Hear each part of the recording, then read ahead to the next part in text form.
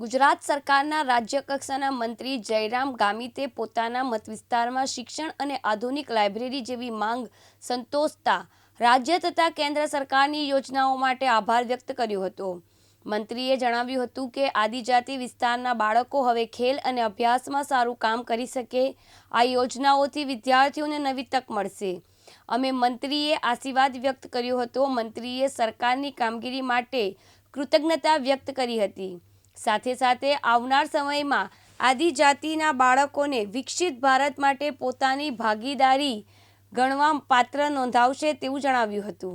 વડાપ્રધાનશ્રીના નેતૃત્વ હેઠળ વિકસિત ભારત માટે વાંચશે ગુજરાત આગળ વધશે. ગુજરાત વિકસિત ગુજરાતનો જે નારો છે અને ભારતનો વિકાસનો જે નારો છે એ વિશે અમારા નમસ્કાર. 2047માં જ્યારે ભારત વિકસિત થવાનું છે ત્યારે આજના જે યુવાનો છે એ સારું શિક્ષણ મેળવે અને શિક્ષણ મેળવવા માટે સરકારશ્રી તરફથી દેશના વડાપ્રધાન આદરણીય નરેન્દ્રભાઈ મોદી સાહેબ અને ગુજરાતના વૃદ્ધ અને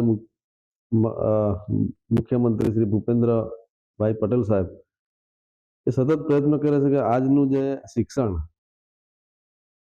એ તમામ બાળકોને અને એમાં ખાસ કરીને તમામ વિદ્યાર્થીઓને ગામડાઓ સુધી સારું શિક્ષણ મળે. શિક્ષણ માટે એમને ભૌતિક સગવડો માટે શિક્ષણ વિભાગ અને સરકાર કટિબદ્ધ છે. ત્યારે આગામી દિવસોમાં અંતરિયાળ ગામો સુધી પણ સારા આંગણવાડીના મકાનો બને, ત્યાં એમને સારો ખોરાક મળે, જમવાનું મળે. એ જ રીતે સ્કૂલોમાં પણ સારું શિક્ષણ મળે એના માટે પણ વિવિધ સગવડો પૂરી પાડવામાં આવે છે. અને આગામી દિવસોમાં જ્યારે 2047માં ભારત વિકસિત થશે ત્યારે આ દેશમાં 65% યુવાનો છે ત્યારે એમનો વિશેષ ફાળો રહેશે.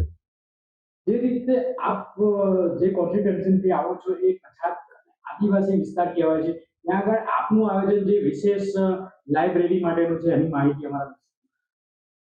આમ મારા વિસ્તારની વાત કરું તાપી જિલ્લાની તો ત્યાં અને મારો મત વિસ્તાર નિઝર વિધાનસભા, ત્યાં હાલમાં દરેક તાલુકા મથકે તાલુકા કક્ષાની લાઇબ્રેરી તો છે જ, પણ આગામી દિવસોમાં સરકાર તરફથી જ્યારે તાલુકા કક્ષાની મોટી લાઇબ્રેરી બનાવવામાં આવે છે ત્યારે મારા તાલુકામાં પણ ત્યાં આમ તો મારા મત વિસ્તારમાં 2 લાઇબ્રેરીઓ હાલમાં અમે મોટી લાઇબ્રેરીઓ મંજૂર કરાવી છે. અને આગામી દિવસોમાં તમામ તાલુકાઓમાં સારી લાઇબ્રેરીઓ બને, વિદ્યાર્થીઓને વાંચવા માટે ત્યાં સુવિધા મળી રહે એના માટે અમે લોકો સતત પ્રયત્નો કરી રહ્યા છીએ.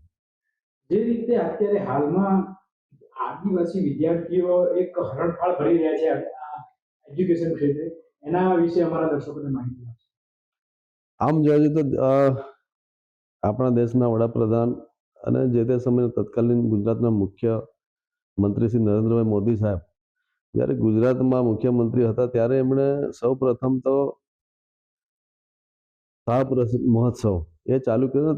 તે સમયથી જ બેટી પઢાઓ બેટી બચાવો આ પણ એક અભિયાન શરૂ કરવામાં આવ્યું હતું. ને આમ જોવા જઈએ તો ગામડામાં છેલ્લા 25-30 વર્ષથી જે પ્રાથમિક શાળા હોય, આદર્શ નિવાસી શાળાઓ હશે, એકલવ્ય મોડેલ સ્કૂલો, અને ખાસ કરીને એમાં મોદી સાહેબે દરેક તાલુકામાં સાયન્સની સ્કૂલો 11-12ની સાયન્સની સ્કૂલો પણ ચાલુ કરી હતી. ને એ સમયથી જ અમારા જે ટ્રાઇબલ વિસ્તારના જે અમારા વિદ્યાર્થીઓ આજે ડૉક્ટર પણ બને છે, એન્જિનિયર બને છે, પાયલોટ બને છે.